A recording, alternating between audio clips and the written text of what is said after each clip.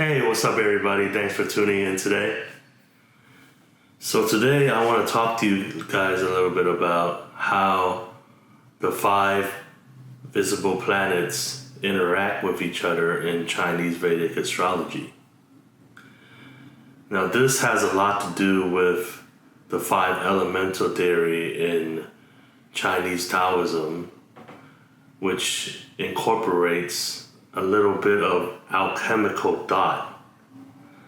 And in my previous video, I talked about how the Chinese did not view the 5 planets as gods, but more as representatives of elements.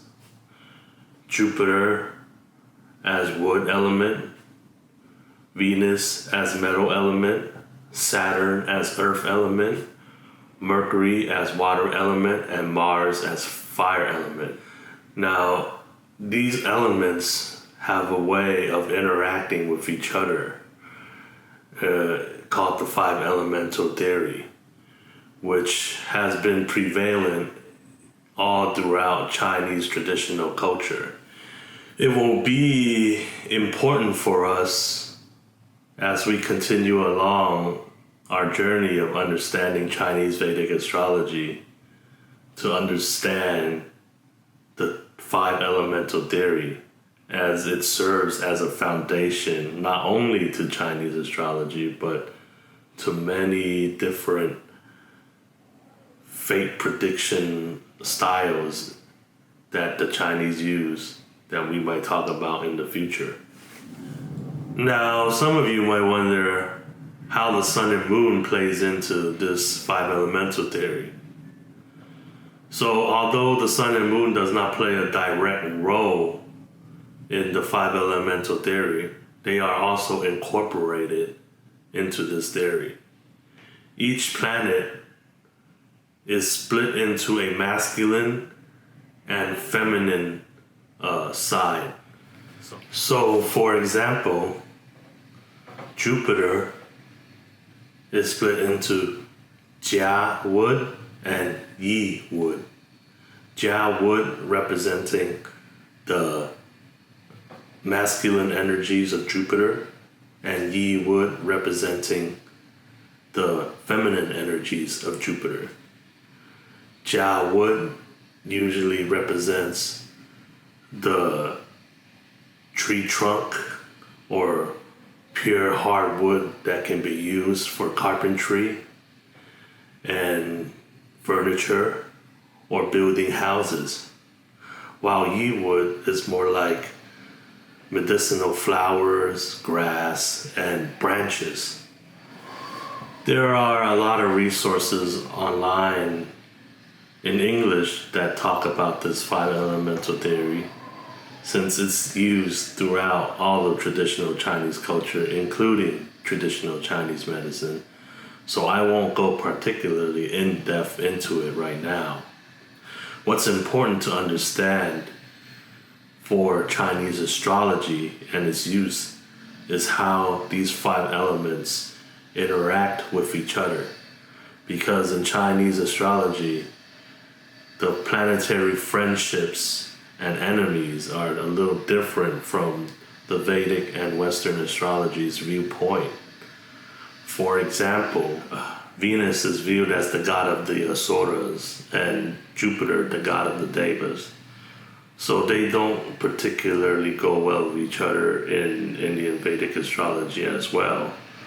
I think Venus views Jupiter as neutral, while Jupiter views Venus as a malefic or enemy.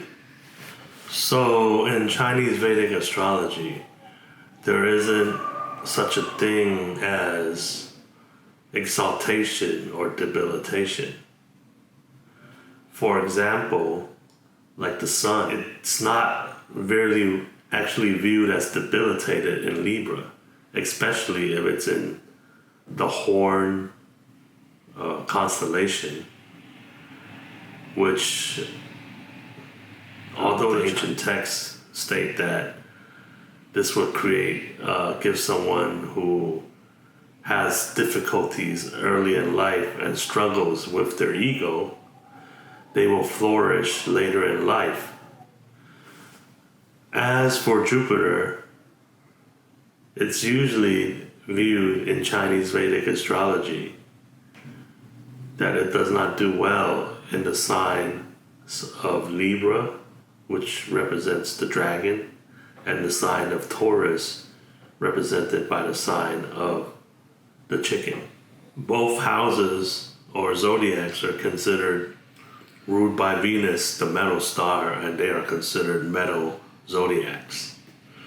And Jupiter is given a much more detrimental prediction when it's in Libra or the dragon house than the sun in Libra, which is quite contrary to the Vedic and Western viewpoints of exaltation and debilitation. We will go deeper into this topic as we go one by one through each and every planet and how it interacts in each house as well as each zodiac in the future. So today is just really about getting an understanding of how the 5 elemental theory plays a role in how the planets interact with each other. So for the 5 elemental theories, there's supportive birthing relationship among the 5 planets. There are a clashing relationship among the 5 planets. There is a controlling relationship among the 5 planets, and there is a draining energy among the 5 planets. So for the clashing element, besides Saturn, all the 4 other elements clash with each other. Water and fire clash, wood and metal clash. As for the controlling part, Jupiter as wood controls Saturn. Saturn as earth controls water. Mercury controls Mars as fire, where fire, Mars, controls Venus, the metal star.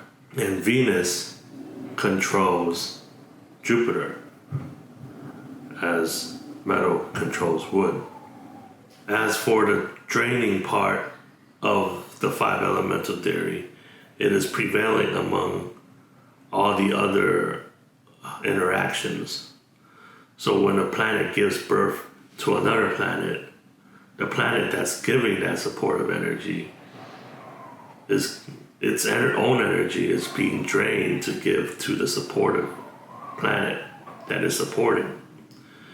When two planets are clashing with each other, there is a clear winner and a loser. The winner's energy also gets drained, as well as during a controlling relationship where the controlling energy has to exert its energy to control that element, and the element that's being controlled is draining the controlling energy's energy.